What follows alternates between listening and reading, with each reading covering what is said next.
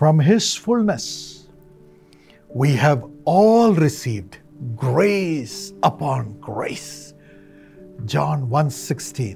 This is God's promise for you. ಆತನ ಪರಿಪೂರ್ಣತೆಯೊಳಗಿಂದ ನಾವೆಲ್ಲರೂ ಕೃಪೆಯ ಮೇಲೆ ಕೃಪೆ ಹೊಂದಿದ್ದೆವು. ಯೋಹಾನ 1:16. ಇದು ನಿಮಗೋಸ್ಕರವಾಗಿರುವ ದೇವರ ವಾಗ್ದಾನವಾಗಿದೆ. Jesus is with the full measure of God's blessing. ಯೇಸುವೆ ದೇವರ ಪರಿಪೂರ್ಣ ಆಶೀರ್ವಾದದ ಅಳತೆಯಾಗಿದ್ದಾರೆ.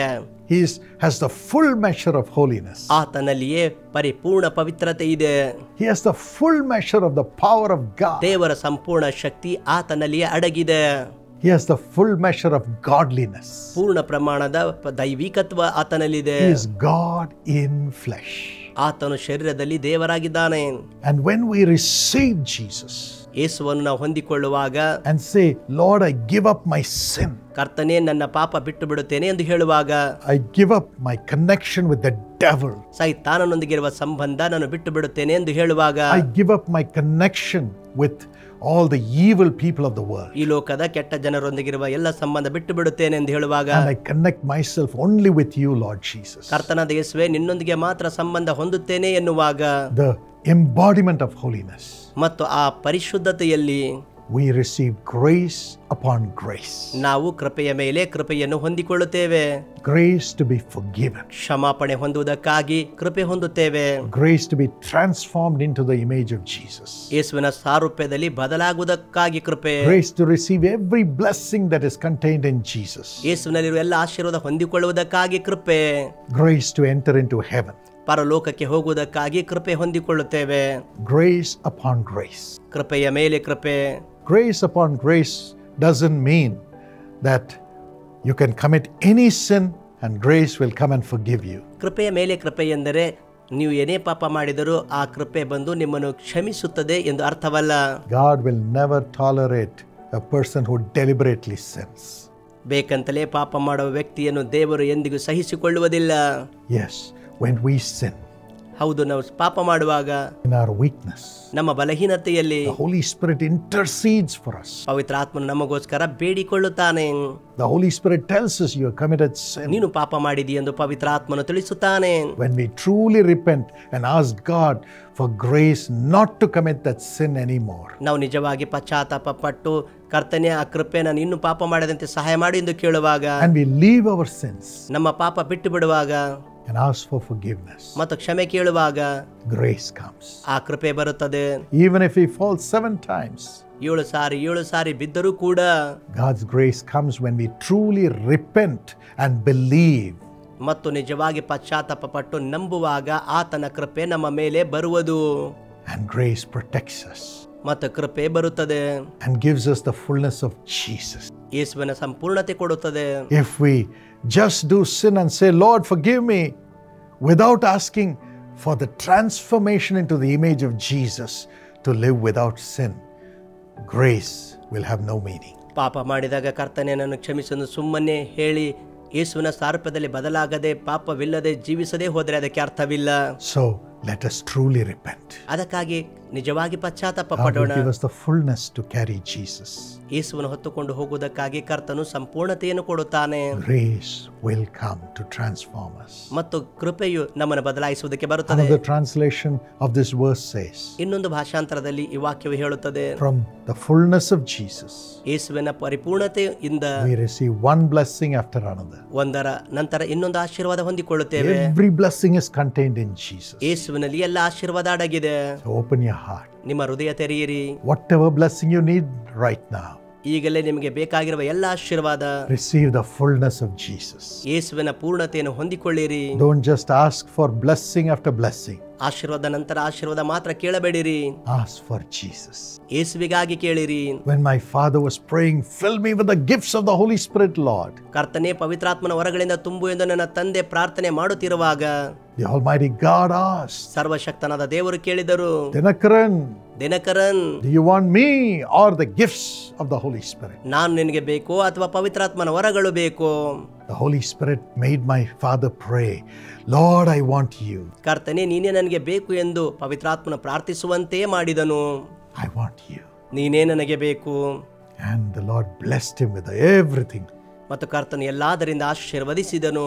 From the fullness of Jesus, ಯೇಸುವಿನ ಸಂಪೂರ್ಣತೆಯಿಂದ you will have grace upon grace, ಕೃಪೆಯ ಮೇಲೆ ಕೃಪೆ ಹೊಂದಿಕೊಳ್ಳುವಿರಿ. blessing after blessing. ಆಶೀರ್ವಾದ ನಂತರ ಆಶೀರ್ವಾದ May it come to you right now. ಈಗಲೇ ಅದು ಬರುತ್ತಿದೆ. Let me pray with you. ನಿಮ್ಮೊಂದಿಗೆ ಪ್ರಾರ್ಥಿಸುತ್ತೇನೆ. Lord Jesus, ಕರ್ತನಾದ ಯೇಸುವೆ, Lord, we are all weak people. ನಾವೆಲ್ಲರೂ ಬಲಹೀನರು ಕರ್ತನೆ. We are human beings. ನಾವು ಮನುಷ್ಯರು. Forgive us. ನಮ್ಮನ್ನು ಕ್ಷಮಿಸು. Cleanse thy children. ನಿನ್ನ ಮಕ್ಕಳನ್ನು ಶುದ್ಧೀಕರಿಸು. With the blood of Jesus Christ, cleanse them from every sin. ಯೇಸು ಕ್ರಿಸ್ತನ ರಕ್ತ ಎಲ್ಲ ಪಾಪ ಶುದ್ಧೀಕರಿಸಲಿ. And give them the fullness of Jesus. ಯೇಸುವಿನ ಪೂರ್ಣತೆಯನ್ನು ಕೊಡು.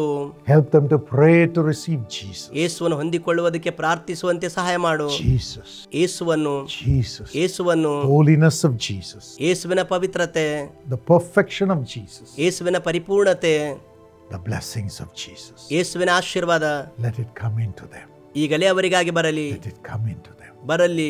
Let them be perfect in everything. ಎಲ್ಲದರಲ್ಲಿ ಪರಿಪೂರ್ಣರಾಗಲಿ. Thank you for this blessing. ಈ ಆಶೀರ್ವಾದಕ್ಕಾಗಿ ವಂದನೆ. In Jesus' name. ಯೇಸುವಿನ ನಾಮದಲ್ಲಿ. Amen. Amen. God bless you. ದೇವರು ನಿಮ್ಮನ್ನು ಆಶೀರ್ವದಿಸಲಿ. My friend, ನನ್ನ ಸ್ನೇಹಿತನೇ, please come and join and study in Karunya. ಕಾರುಣ್ಯದಲ್ಲಿ ಸೇರಿಕೊಂಡು ದಯವಿಟ್ಟು ವ್ಯಾಸಂಗವನ್ನು ಮಾಡಿರಿ. Send your children to Karunya. ಕಾರುಣ್ಯಗೆ ನಿಮ್ಮ ಮಕ್ಕಳನ್ನು ಕಳುಹಿಸಿರಿ. Karunya is in Coimbatore. Karunya ಕೊಯಂಬತ್ತೂರಿನಲ್ಲಿದೆ. It's a 700-acre education campus. 700 ಎಕರೆ ಶಿಕ್ಷಣ ಕ್ಯಾಂಪಸ್ ಆಗಿದೆ. It has a university. ಅದು ವಿಶ್ವವಿದ್ಯಾಲಯ ಹೊಂದಿದೆ. With engineering, ತಾಂತ್ರಿಕ, agriculture, ಮತ್ತು ಕೃಷಿ ಕ್ಷೇತ್ರಗಳಲ್ಲಿ, media, ಮಾಧ್ಯಮ, science and arts, ಕಲಾ ವಿಜ್ಞಾನ, commerce, ವಾಣಿಜ್ಯ, management, ನಿರ್ವಹಣೆ, forensic science, ವಿಧಿ ವಿಜ್ಞಾನ, artificial intelligence, ಕೃತಕ ಬುದ್ಧಿಮತ್ತೆ, data science, ದತ್ತಾಂಶ ವಿಜ್ಞಾನ, computer science, ಗಣಕ ವಿಜ್ಞಾನ, and so on. ಮತ್ತು ಇತ್ಯಾದಿ. And the life of your children will be safe. ಮತ್ತು ನಿಮ್ಮ ಮಕ್ಕಳ ಜೀವಿತ ಸುರಕ್ಷತೆಯಲ್ಲಿರುತ್ತದೆ. They will rise up as leaders in that residential campus. ಆ ವಸತಿ ಸಹಿತವಾದಂತ ಕ್ಯಾಂಪಸ್ ಅಲ್ಲಿ ನಾಯಕರಾಗಿ ಹೇಳುತ್ತಾರೆ. And they will have excellent jobs when they pass out. ಅವರು ಉತ್ತೀರ್ಣರಾಗುವಾಗ ಉನ್ನತ ಹುದ್ದೆಗಳು ಸಿಗುತ್ತವೆ. It's a A++ accredited university. ಅದು A++ ಮಾನ್ಯತೆಯ ವಿಶ್ವವಿದ್ಯಾಲಯ. Same campus has a wonderful residential school, CBSE. ಅದೇ ಸ್ಕೂಲಲ್ಲಿ ಅದ್ಭುತವಾದ ಸ್ಕೂಲ್ CBSE ಇದೆ. Bring your children there. ಅಲ್ಲಿ ನಿಮ್ಮ ಮಕ್ಕಳನ್ನು ಕರೆತನೇರಿ. And also we have KATE. ಮತ್ತು KATE ಕೂಡ ಇದೆ. Karunya Academy for Theological Education. ದೈವ ಶಾಸ್ತ್ರ ಅಧ್ಯಯನ ಮಾಡುವುದಕ್ಕಾಗಿ ಕೂಡ ಇದೆ. BTH, MDiv, MTH and so on. BTH, MDiv ಮತ್ತು MTH ಇತ್ಯಾದಿಗಳು. You can also study online. Online ನಲ್ಲಿ ಕೂಡ ವ್ಯಾಸಂಗ ಮಾಡಬಹುದು. You can study in Karunya University also online. ಕಾರುಣ್ಯ ವಿಶ್ವವಿದ್ಯಾಲಯದಲ್ಲಿ ಕೂಡ ಆನ್ಲೈನ್ ನಲ್ಲಿ ವ್ಯಾಸಂಗ ಮಾಡಬಹುದು. So go to the website karunya.edu and apply to it. karunya.edu website ಗೆ ಹೋಗಿ ಹಿಂದೆ ಅರ್ಜಿ ಹಾಕಿರಿ. And come to Karunya. ಮತ್ತು ಕಾರುಣ್ಯಕ್ಕೆ ಬನ್ನಿರಿ. Even for the next year you could plan. ಮುಂದಿನ ವರ್ಷಕ್ಕಾಗಿ ಕೂಡ ನೀವು ಯೋಜಿಸಬಹುದು. God bless you. ದೇವರು ನಿಮ್ಮನ್ನು ಆಶೀರ್ವದಿಸಲಿ. ಕಳೆದುಕೊಳ್ಳಬೇಡಿ. इस मौके को मिस ना करें. தவற விடாதீர்கள். இது ನಷ್ಟಪಡುತ್ತಿರುವುದು. ನಿಶ್ಚಯ ಕಂಡಿ. ಹೌದು, 2025ರಲ್ಲಿ ನೀವು ತಪ್ಪಿಸಬಾರದ ಕೂಟ ಇದಾಗಿದೆ. Your sorrow will turn into joy. ವ್ಯತ್ಯಸ್ತ ಆಶೀರ್ವಾದ ಕೂಟ ಭಾನುವಾರ July 13. Who is not able to walk, rise up and walk in Jesus' name. Wheel chair ನಲ್ಲಿ ಬಂದ ಈ ಸಹೋದರನು ಪ್ರಾರ್ಥನಾ ಸಮಯದಲ್ಲಿ ದೇವರಿಂದ ಮುಟ್ಟಲ್ಪಟ್ಟು ಈಗ ವೀಲ್ ಚೇರ್ ಇಲ್ಲದೆ ನಡೆಯುತ್ತಿದ್ದಾನೆ. ಒಳ್ಳೆ ಫ್ರೀಯಾಗಿ ನಡೆಯುತ್ತಿದ್ದಾನೆ ಯೇಸುವಿನ ನಾಮದಲ್ಲಿ. We welcome you all on July 13th. July 13ಕ್ಕೆ ನಿಮ್ಮೆಲ್ಲರನ್ನು ಸ್ವಾಗತಿಸುತ್ತೇವೆ. July 13th is a special day for me. July 13 ನನಗೋಸ್ಕರ ವಿಶೇಷ ದಿನವಾಗಿದೆ. That day the Lord anointed me with the Holy Spirit. I know God is going to fill you too. ಆ ದಿನ ಪವಿತ್ರಾತ್ಮನಿಂದ ನನ್ನನ್ನು ಅಭಿಷೇಕಿಸಿದರು, ನಿಮಗೂ ಕೂಡ ಆತನ ಅಭಿಷೇಕಿಸುತ್ತಾನೆ. It is going to be a great day. ಅದು ಬಹಳ ದೊಡ್ಡ ದಿನವಾಗಲಿದೆ. There will be deliverance. ಅಲ್ಲಿ ಬಿಡುಗಡೆಗಳು ಉಂಟಾಗುವವು.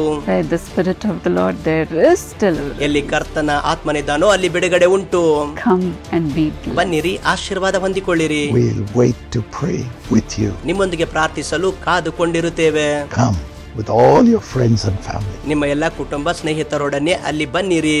ವ್ಯತ್ಯಸ್ತ ಆಶೀರ್ವಾದ ಕೂಟ ಭಾನುವಾರ ಜುಲೈ 13 ಮಧ್ಯಾಹ್ನ 2 ಗಂಟೆಗೆ. ಸ್ಥಳ ಡಾಕ್ಟರ್ DGS ದಿನಕರನ್ ಕೇಂದ್ರ, ಕಾರುಣ್ಯ ನಗರ್, ಕೊಯಂಬತ್ತೂರ್. ಗಾಂಧಿಪುರಂ ಬಸ್ ನಿಲ್ದಾಣದಿಂದ ಮತ್ತು ಕೊಯಂಬತ್ತೂರ್ ರೈಲ್ವೆ ನಿಲ್ದಾಣದಿಂದ ಕೂಟದ ಸ್ಥಳಕ್ಕೆ ವಿಶೇಷ ಬಸ್ಸುಗಳು ಲಭ್ಯವಿರುವವು. ವಸತಿಗಾಗಿ ಮತ್ತು ಪ್ರಯಾಣದ ನೆರವಿಗಾಗಿ ಅದರಲ್ಲೂ ಬೇರೆ ಜಿಲ್ಲೆಗಳಿಂದ ಮತ್ತು ರಾಜ್ಯಗಳಿಂದ ಬರುವವರು ಇಲ್ಲಿ ಸಂಪರ್ಕಿಸಿರಿ. 9487846601. ಕುಟುಂಬವಾಗಿ ಬನ್ನಿರಿ. Precious Nitin, Avinash, Kotian and Priyanka, happy wedding anniversary. Congratulations. ಅಮೂಲ್ಯ ನಿತಿನ್, ಅವಿನಾಶ್ ಕೊಟ್ಟಿಯಾನ್ ಮತ್ತು ಪ್ರಿಯಾಂಕಾ, ನಿಮಗೆ ವಿವಾಹ ವಾರ್ಷಿಕೋತ್ಸವದ ಶುಭಾಶಯಗಳು. ನಿಮಗೆ ಶುಭ ಹಾರೈಸುತ್ತೇವೆ. May God bless you according to Hebrews 6:14, wherein God promises, I will surely bless you and give you descendants. ಇಬ್ರಿಯ 6:14 ಪ್ರಕಾರ ಕರ್ತನು ನಿಮ್ಮನ್ನು ಆಶೀರ್ವಾದ ಮಾಡಲಿ. ಅಲ್ಲಿ ದೇವರು ವಾಗ್ದಾನ ಮಾಡುತ್ತಾನೆ, ನಾನು ನಿನ್ನನ್ನು ಆಶೀರ್ವದಿಸುವೆನು, ನಿನ್ನನ್ನು ಹೆಚ್ಚಿಸುವೆನು ಎಂದು ಹೇಳುತ್ತಾನೆ. Father, bless Nitin and Priyanka with a child today in Jesus' name. Let them conceive for the glory of God. Let her have a child in her womb. Family have peace and protection and spiritual grace in Jesus' name. ತಂದೆಗೆ ನಿತಿನ್ ಮತ್ತು ಪ್ರಿಯಾಂಕಾ ಅವರಿಗೆ ಹಿಂದೆ ಯೇಸುವಿನ ನಾಮದಲ್ಲಿ ಮಗು ಹೊಂದುವಂತೆ ಮಾಡು. ಕರ್ತನೆ, ಅವಳ ಗರ್ಭದಲ್ಲಿ ಕರ್ತನೆ ನೀನು ಮಗುವನ್ನು ಅನುಗ್ರಹ ಮಾಡಿಕೊಡು. ಕರ್ತನೆ, ಕುಟುಂಬದಲ್ಲಿ ಸಮಾಧಾನ ಅನುಗ್ರಹ ಮಾಡು. ನಿನ್ನ ದೈವಿಕ ಸುರಕ್ಷತೆ ಮತ್ತು ಆತ್ಮಿಕ ಆಶೀರ್ವಾದಗಳಿಂದ ತುಂಬು. ಯೇಸುವಿನ ನಾಮದಲ್ಲಿ Amen. God bless you.